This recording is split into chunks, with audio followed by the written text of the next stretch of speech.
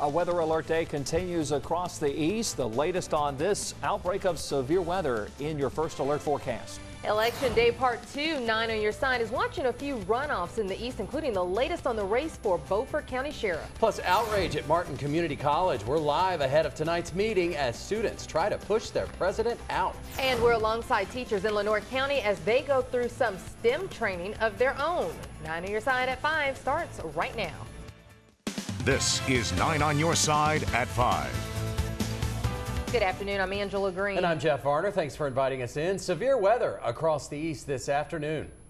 Let's get right to it. Over to First Alert meteorologist David Sawyer in the First Forecast Center. That's right. A very busy afternoon as expected, Jeff and Angela. Right now, a severe thunderstorm watch for the northern half of the viewing area and a severe thunderstorm warning to show you right now across Halifax County. As you can see, the county shaded in yellow, that indicates those that continue to have a severe thunderstorm watch, mainly north of US 64. But I want to emphasize everyone has had severe weather this afternoon, and that threat will continue.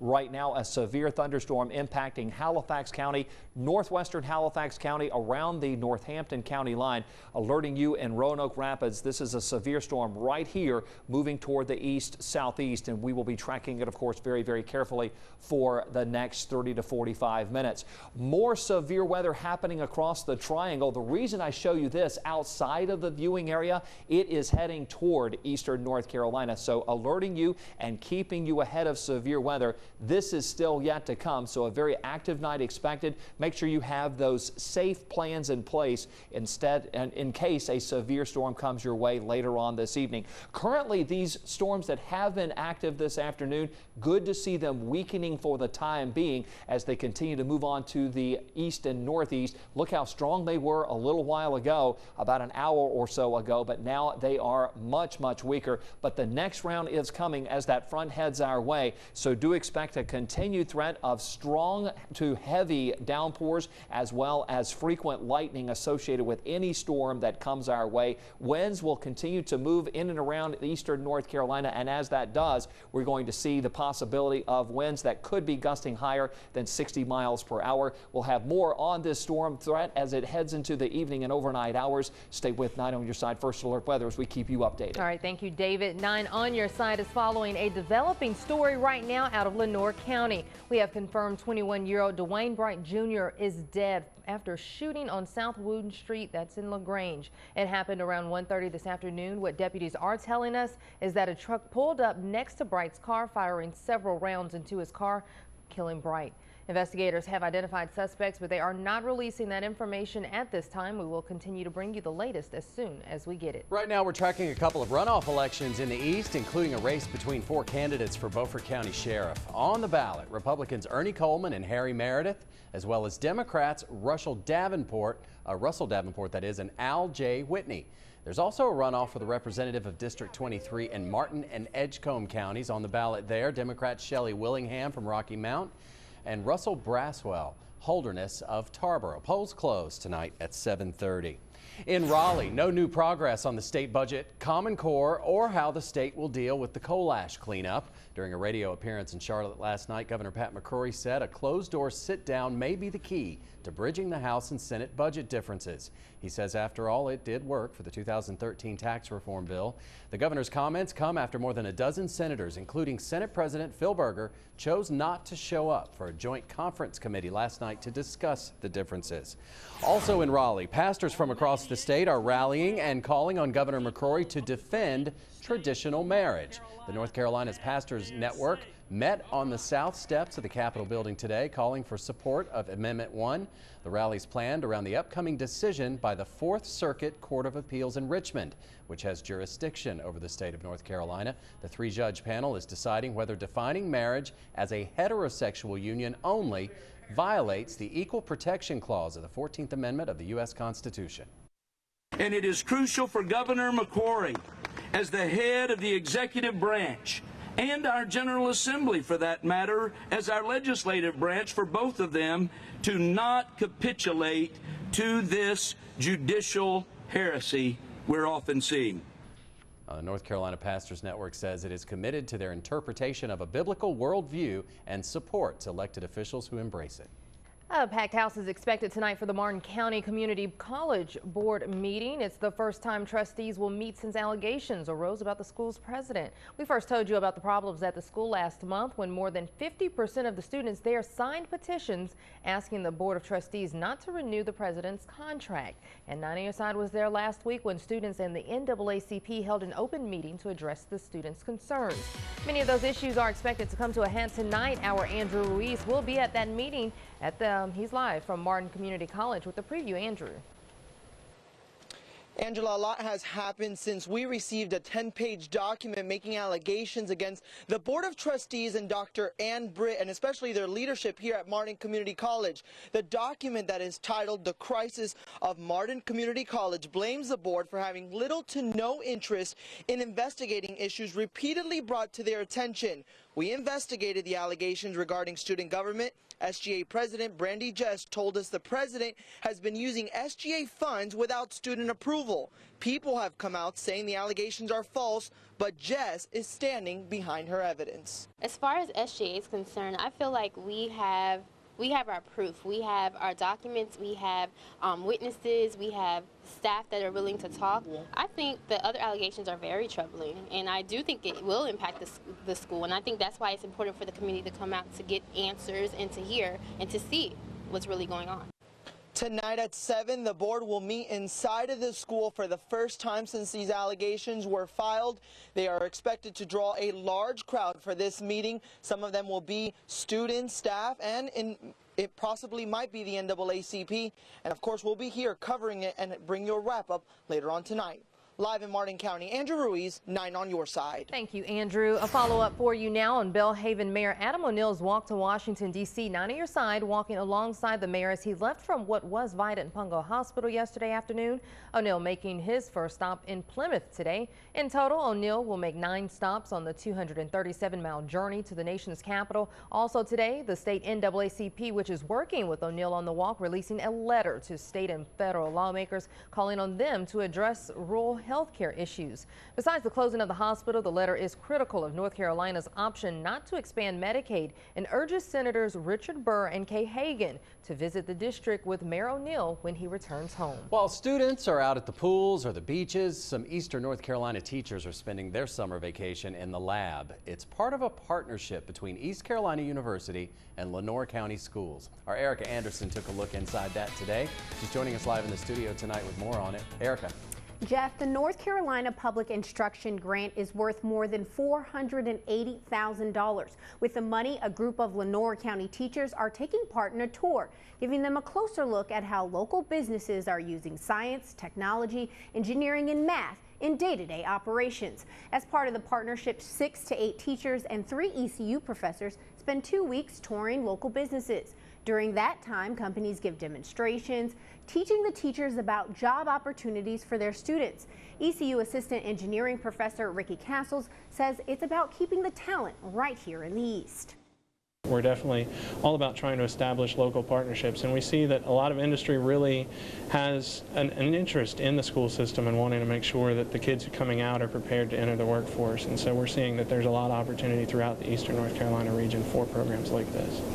And not only are the teachers getting a free learning experience, the grant also allows them to receive certification credit and a small stipend. Coming up at 6, we'll go behind the scenes on one of those tours. Live in the studio, Erica Anderson, 9 on Your Side. Thank you, Erica. Speaking of growing technology, the Grimesland Board of Adjustment is expected to vote on whether to approve a solar power farm. That board voted last month to delay giving Heliosage Energy a special use permit to build solar panels on the 120 acres of land after people expressed concerns about their property values. At the same time, the board said they wanted to gather more information to address the concerns. Heliosage also has another solar farm in the works near ECU's North Recreational Complex. Fresh protests are happening around the country in communities where the U.S. is shipping undocumented immigrants. Meanwhile, in Washington, D.C., 2 Texas lawmakers are working on a bill that would allow Border Patrol agents to quickly turn around many children trying to illegally enter at the border. The details coming up after your first alert forecast. Plus, Israel resuming airstrikes on Gaza after Hamas militants reject a ceasefire agreement. Egypt proposed, the latest on the escalating violence in the Middle East. Severe weather threat continues for eastern North Carolina. First Alert Viper will take us to where the next round of storms are located right after the break. Now your WNCT 9 First Alert weather. Strong to severe thunderstorms will continue to be a likelihood across eastern North Carolina this evening. Those damaging winds, large hail, heavy rains, frequent lightning, those are the biggest threats if a storm does move through your area. Live to the First Alert Viper showing the storms now, also pointing out to you that we have the severe thunderstorm watch still in effect north of US 64. That would include Bertie County, Hertford County, Northampton, Chowan, Gates, as well as the northeastern counties of the viewing area in North Carolina. To the south, we just have some dying out thunderstorms for now, but for later this evening, more storms will be possible with heavy rain that could have flooding. Frequent and very, very vivid lightning will also accompany these storms this evening. Gusts 40 to 60 miles per hour. If they exceed 60, that will be a severe rated storm, which is possible this evening. We will again keep you updated. Pea-sized hail could even be larger at times, but the hail should be, if it is a threat, on the smaller side unless it's an unusually isolated, stronger storm that has those higher tops to develop bigger hail. Wet roadways for now. Careful with that as we do have ponding of water on the roadways. Note in your 7-day forecast at the bottom of your screen, we have the threat of storms continuing into Wednesday.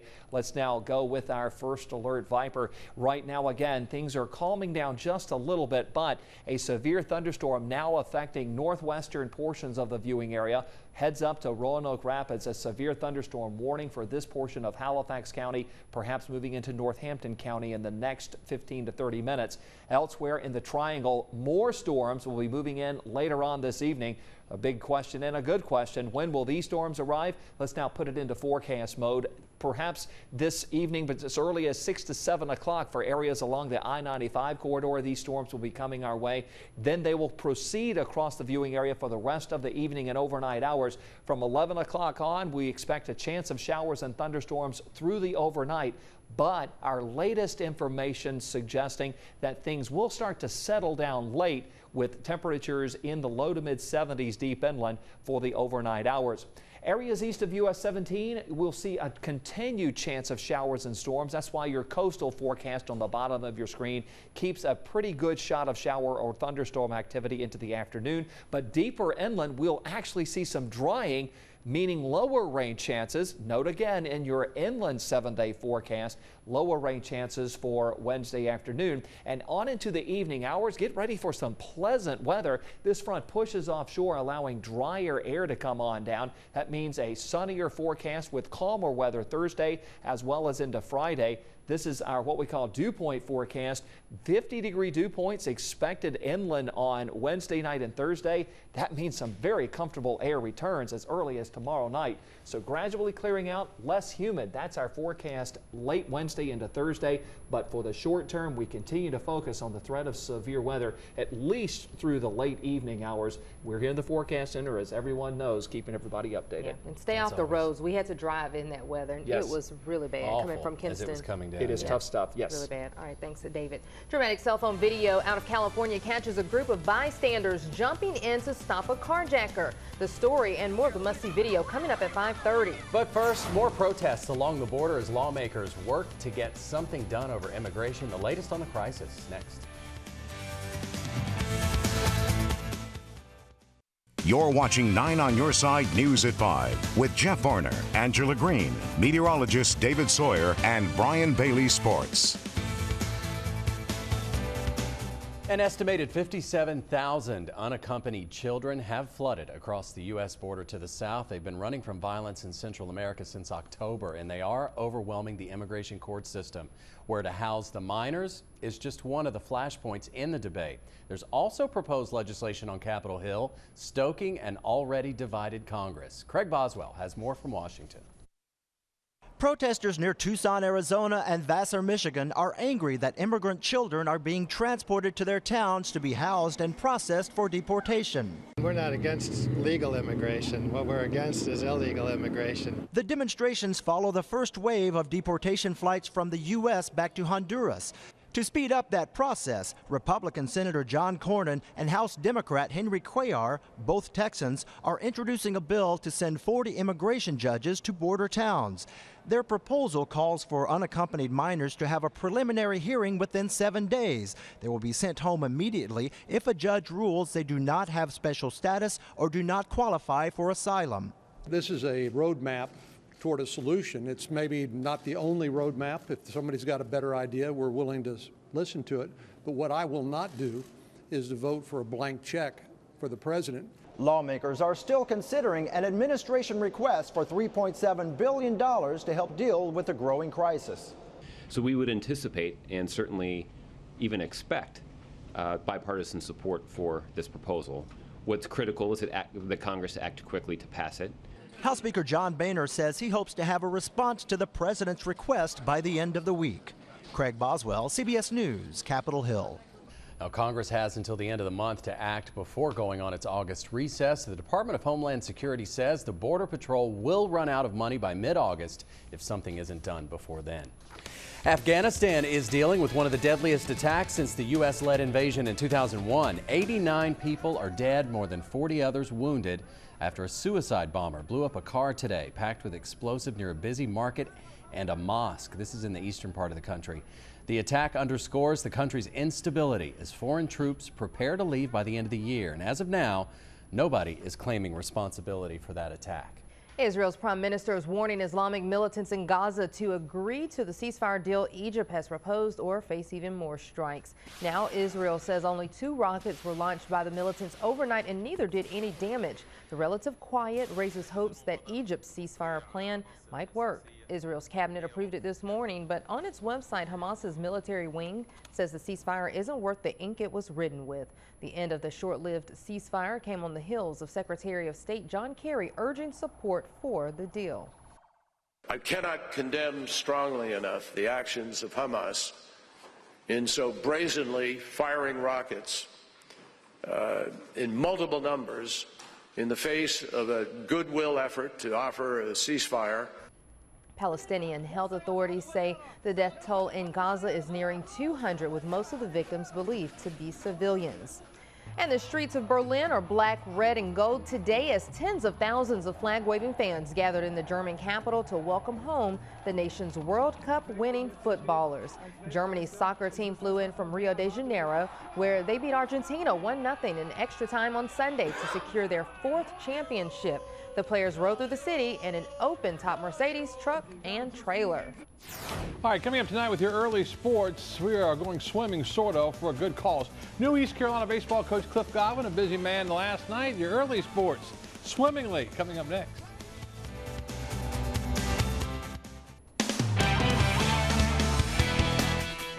New East Carolina baseball coach Cliff Godwin has certainly hit the ground running, and he was busy for a great cause last night, hitting the ground swimming last night. Coach Godwin was among the celebrities taking part in a dunking booth to raise money for the Make-A-Wish program, a great cause which grants wishes to children with life-threatening medical conditions. Chick-fil-A hosting yesterday's activities. The goal, $15,000 to come to the aid of brothers all battling cancer at the same time.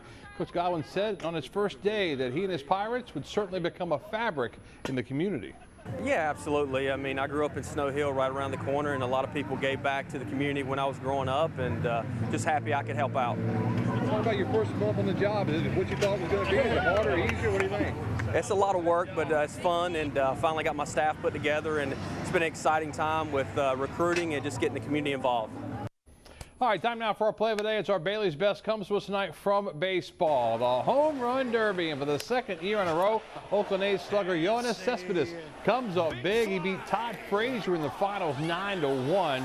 We'll have much more of the Home Run Derby coming up tonight at 6 o'clock. Also, Pitt Community College in action against Wayne County, hopefully, weather permitting. They are still on right now, but David Sawyer says a lot of rain still coming through. It's looking very ugly. I'd say postpone it, but wait and see. We'll update that situation for you coming up tonight at 6. All right, Brian, thank you. Thank you. 9 on your side's newsroom took several calls this afternoon after a large number of police officers turned up in uptown Greenville. We'll tell you what Homeland Security was doing coming up at 5:30. But first, meteorologist David Sawyer is back with the latest on those storms and a look at the extended forecast. Look at what is headed our way. He'll be up in just a moment. Stay with us. You're watching 9 on Your Side News at 5 with Jeff Varner, Angela Green, meteorologist David Sawyer, and Brian Bailey Sports. It is a first alert weather day across the east. It is. More severe storms possible this evening. Let's take a look at our first alert Viper. You'll again note that with this front off to our west, that is still to come, and as a result, it's going to plow into all the heat and humidity that we have in eastern North Carolina. Severe storms, very intense now across the Triangle area in our state capital specifically.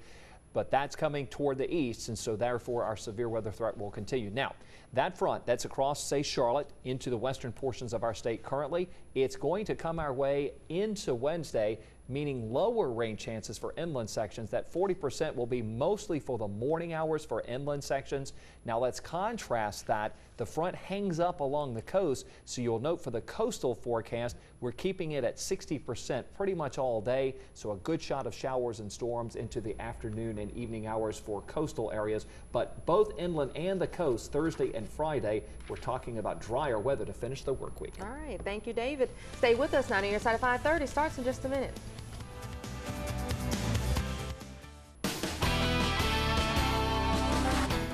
It's 9 on Your Side at 5:30. Here's a look at the stories making headlines today. A couple of runoff elections in the east, including a race between 4 candidates for Beaufort County Sheriff. On the ballot are Republicans Ernie Coleman and Harry Meredith, as well as Democrats Russell Davenport and Al J. Whitney. Polls close at 7:30.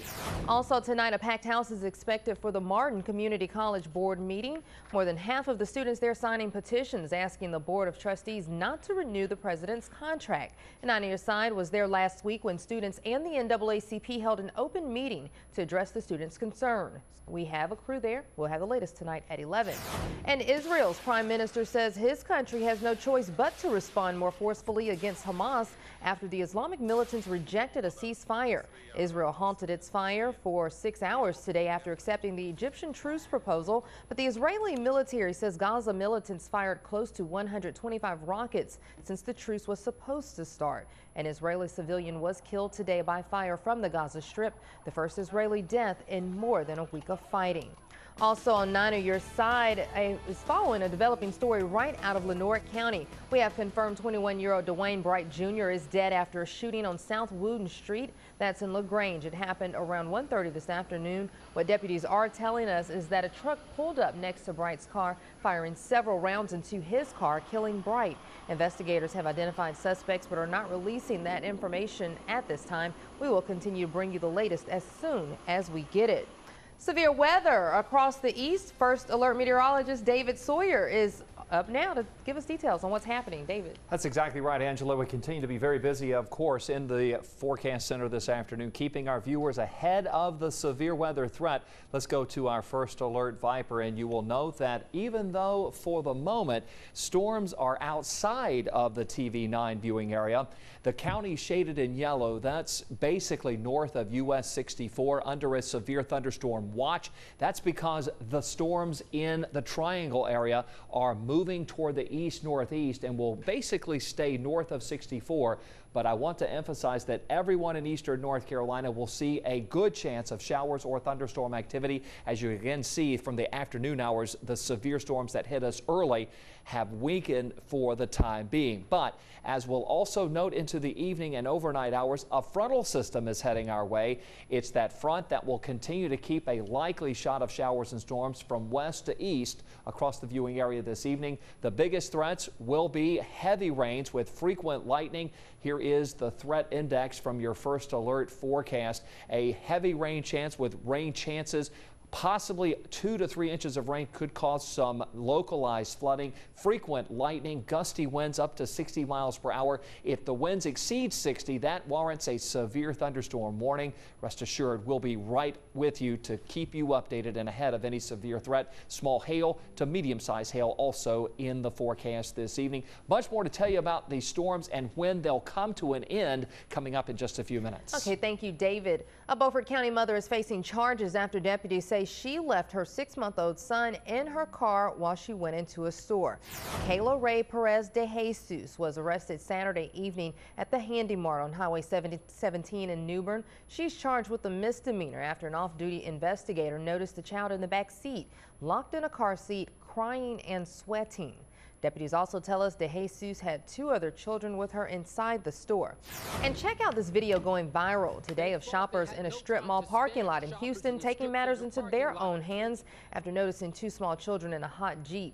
One guy even using a hammer to break open that window. The children's mom apparently saying she left them there only for a short time so she could get a haircut. And while both these incidents appear to be on purpose, officials say the majority of the time the parents are simply being forgetful when they leave a kid in a hot car. So 9 on Your Side did a little digging to see what technology is out there to prevent future tragedies. Our Katie Harden joins us now in the studio to explain. Katie. Angela, on average, 38 children die each year after being left unattended in a hot car. Now, safety experts are pushing to prevent future tragedies using both high-tech solutions and common sense guidelines. Tomy makes a smart car seat that sends alerts to parents' phones if a child is left in the car that's not in motion, but experts want a broader approach. Sue Ariema works with kidsincars.org. The advocacy group wants the federal government to fund research on new technology. Truly the way to solve the problem is to address it in all vehicles, which is why we're looking to the U.S. government to address the issue fleet-wide. Now, until then, experts stress common sense solutions. Put your handbag or briefcase behind the driver's seat, which forces you to look in the back. Keep a stuffed animal up front as a visual reminder, and ask your daycare provider to call you if your child doesn't show up. But safety experts say the most important thing is to not be complacent. Live in the studio, Katie Harden, 9 on Your Side. Thank you, Katie. Post-traumatic stress disorder, it's a big problem in Eastern Carolina, and those who work to treat it say that disorder is growing. According to the PTSD Foundation of America, 1 in 3 returning soldiers are being diagnosed with some form of PTSD, but less than 40% actually seek help. This is one factor leading to the nearly 1,100 soldiers taking their own lives since 2006. But there is help, and there's an option here in Greenville. Carrie Thigpen has been helping those with PTSD for 10 years at her clinic, Composure Therapy. Rather than using medications, Thigpen tries a holistic approach, using anything from aromatherapy to meditation. She says she's had tremendous success in the past. I treat the whole person. It's not just about his signs and symptoms. It's about everything that's going on with the client. Anything from family, work, how it's affecting, all aspects of their life. To find out more resources to help PTSD, visit our website, WNCT.com. If you were in uptown Greenville today, you may have noticed a heavy police presence outside the bankruptcy court. We got several calls, so of course we checked it out. Several Homeland Security cars were stationed outside of the bankruptcy court and courthouse in Greenville, but not because there was a danger. Homeland Security officers tell 9 on Your Side they were there as part of their community outreach to let people know that they are in the area. They also were there to remind people that if they see something, say something, especially when they see anything suspicious happening outside of a federal building. President Obama continuing his push for Congress to address the Highway Trust Fund, which could run out of money by the end of the summer if a deal is not reached. The Department of Transportation says letting the account expire could lead to 700,000 Americans losing infrastructure jobs. The House just passed their plan, giving nearly $11 billion to the Highway Trust Fund in order to keep it funded through next May. But the president is still critical of the plan, calling it a temporary fix. But all this does is set us up for the same crisis a few months from now. So Congress shouldn't pat itself on the back for averting disaster for a few months, kicking the can down the road for a few months, careening from crisis to crisis when it comes to something as basic as our infrastructure. The president is pushing for Congress to take up his 4-year plan, funded in part by the existing gas tax and in part by closing tax loopholes for companies that send profits overseas. The economy may be improving, but not enough to fully satisfy Federal Reserve Chair Janet Yellen. She's testified before Senate Banking Committee today that the Fed will continue buying bonds and keeping the short-term interest rate low to help stimulate the economy. Critics have cautioned that keeping the stimulus policies in place could lead to inflation, but Yellen says while the job market is improving, too many Americans remain unemployed and wages are rising too slowly to end the stimulus for now. Although the economy continues to improve, the recovery is not yet complete. She plans to deliver similar testimony before a House Financial Services Committee tomorrow. An estimated 57,000 unaccompanied children have flooded across the U.S. border fleeing violence in Central America since October. But protesters today near Arizona and Michigan are angry that immigrant children are being transported to their towns to be housed and processed for deportation. We're not against legal immigration. What we're against is illegal immigration. The demonstrations follow the first wave of deportation flights from the U.S. back to Honduras. To speed up that process, Texas lawmakers are introducing a measure to send 40 immigration judges to border towns. Their proposal calls for unaccompanied minors to have a preliminary hearing within 7 days. They will be sent home immediately if a judge rules they do not have special status or do not qualify for asylum. A bystander in San Diego caught some video on his cell phone that's making national news today. A carjacker broke into the driver's seat of a minivan trying to steal the vehicle from a woman and her daughter, but a group of witnesses jumped in to stop him. Seconds later, Ismael Hernandez was dragged from the vehicle and wrestled to the pavement. When Hernandez tried to get up, the men did not hold back, stomping on him repeatedly. I'm just really trying to figure out what exactly is going on. But once I realized, I mean, I didn't really feel sorry for the guy. Now, once in handcuffs, Hernandez bragged that this was not his first attempt at grand theft auto. He faces multiple charges, including carjacking, kidnapping, and drug use. The woman and her daughter were checked out by emergency responders, and both are doing just fine. Israel resumed airstrikes on Gaza after Hamas militants rejected a ceasefire agreement Egypt proposed. Coming up after your first alert forecast, the latest on the escalating violence in the Middle East. We continue to track some very strong thunderstorms. Some of them still could become severe. More on where the storms are going next. Now your WNCT 9 First Alert weather. Quieter for now across the 9 on your side viewing area, but that is the operative word for now. More severe thunderstorms will be possible into this evening. Back to First Alert Viper to show that areas mainly north of US 264 will have the bigger threat of severe weather later tonight. Counties like Bertie, Chowan, Hertford, Gates, as well as Northampton still under a severe thunderstorm watch. You may be wondering why not for Halifax, Nash, and Edgecombe. Couple of reasons for that. These counties are actually under another National Weather Service office. They're monitoring the situation. The watch could be extended, so that's why I'm glad you're with us this evening as we are giving you the heads up and alert that this severe weather in the Raleigh area is moving toward Rocky Mount, Wilson, more toward Halifax County too within the next hour. We'll zoom on in now and check it out. It's really a very strong storm situation now, getting ready to move into Nash County. So if you're watching from Castalia, perhaps over toward Battleboro, Whitakers, Enfield, very strong thunderstorm coming your way. It is not severe for the moment, but as I show you the severe weather happening in Wake County and other parts of the Triangle, going to put our Viper into a forecast mode now for the next hour. You will see how the storms will continue to advance to the east and will be moving into Nash, Edgecombe, and Wilson counties around 6:30 to 7 o'clock. And they will continue. So I emphasize those of us north of US 264 will have the best chance of these storms for the evening hours.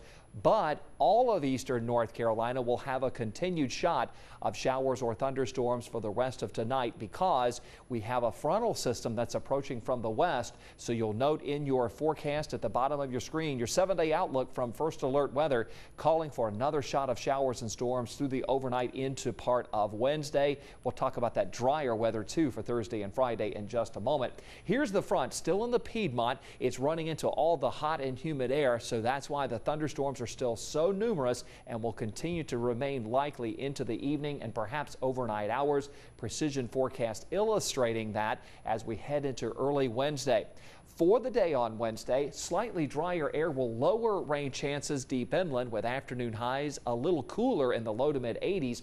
But you'll note that for the coast, showers and storms will remain possible. So those east of US 17, the front stalling over us, will keep a chance of storms for areas like Morehead City, Havelock, Swan Quarter, as well as Columbia and the Outer Banks for Wednesday afternoon into Wednesday evening. And I have that illustrated in your coastal forecast, a better chance of storms for Wednesday for coastal areas. For Thursday into Friday, drier air will win out for everyone. We'll show you more on that in just a moment. But with the front pushed out into the Atlantic, I want to stay in the Atlantic hurricane basin for just a moment to show that all is quiet in the Gulf of Mexico, the Caribbean, as well as the tropical Atlantic, other than just a couple of little areas of tropical-like showers, nothing organized for the time. Watch now as the dew points take a nosedive. Dew points in the 50s, really unusual for this time of year. Let's enjoy this brief break with lower humidity values on Thursday and perhaps even into Friday, because it will feel delightful when we're talking lower humidity values for Thursday and Thursday night. For the short term, though, we're still talking about severe storms possible into Tuesday night. And as you know, we'll be here in the Forecast Center keeping everybody up to date throughout the evening and overnight as long as the threat remains. Yeah, it looks, that radar does not look good at the moment. It looks really bad behind very, your shoulder. Very active, Angela. You're so right there. Thanks, David. A fatal shooting investigation in Lenoir County, and voters head to the poll to decide runoff. Stories we're working to get new information on for 6. Jeff Varner is live in the newsroom with details. Jeff. Angela, a 21-year-old Lenoir County man is dead after someone opened fire on his car. At 6 o'clock, we're learning more about the victim and hearing from family members. Plus, the polls are open as voters cast ballots in several runoff elections. We'll check in on voter turnout in Beaufort County, where 4 people are running for sheriff. Those stories and the latest on your First Alert forecast, all new just ahead at 6. We'll be right back. This is 9 on your side at 5:30.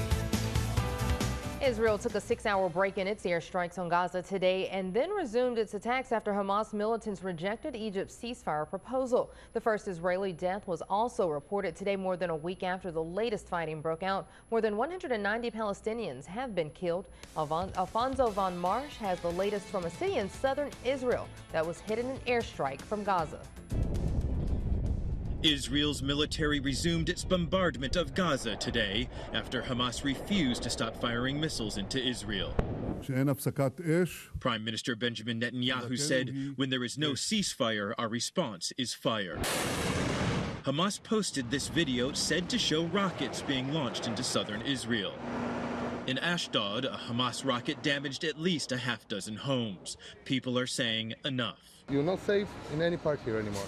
It's not just the impact from the rockets that can literally twist metal. Each missile is full of small ball bearings and pieces of steel intended to do maximum damage. Albert Ohayon says shrapnel damaged his bus. He says Israeli troops need to storm Gaza because Hamas can't keep a ceasefire. If one side not make peace, it's not peace.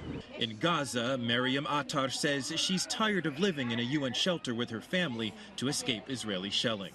I'm afraid the jets will bomb us, she says. Secretary of State John Kerry in Vienna says he'll continue to push Palestinian and Israeli leaders to stop the violence. Alfonso Van Marsh, CBS News, Ashdod, Israel. Hamas officials say Egypt did not consult them about the ceasefire plan and that it was more an ultimatum presented by Israel and Egypt. Secretary of State John Kerry says the talks aimed at reaching a nuclear deal with Iran will continue until at least Sunday. That's the international target date for an agreement that would put some firm limits on Iran's atomic program. Kerry says there's been progress on some issues, but that there are still very real gaps on others. We have all continued to negotiate in good faith. But after my conversations here with both Iran and with our P5+1 partners in particular, it is clear that we still have more work to do. Kerry is meeting in Vienna with Iran's foreign minister and with top European diplomats.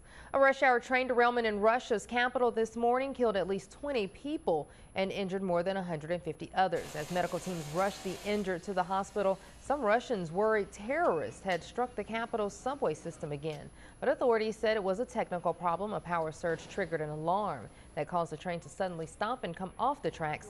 The deadly accident happened inside Moscow's deepest subway tunnel, 275 feet below ground, making it extra difficult for crews to save people. Stay with us. Coming up next, meteorologist David Sawyer is back with the latest on these storms and a look at your extended forecast. Stay with us.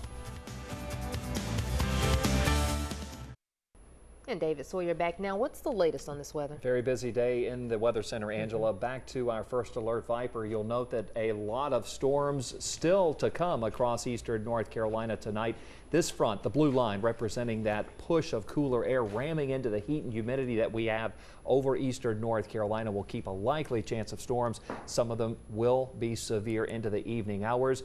A chance of storms will continue for the first part of Wednesday for inland areas. 40% chance of that at least through, say, lunchtime. But you will notice a big difference in lower humidity values heading into Wednesday night for inland sections, and that's why it's Thursday and Friday much drier. Coastal areas, the front stalls. That's why a chance of rain continues for the coast. So keep in mind, could be kind of a wet day for Wednesday for the coastal sections. All right, thanks, David. Stay with us. We'll all be right back here for 9 on your side at 6.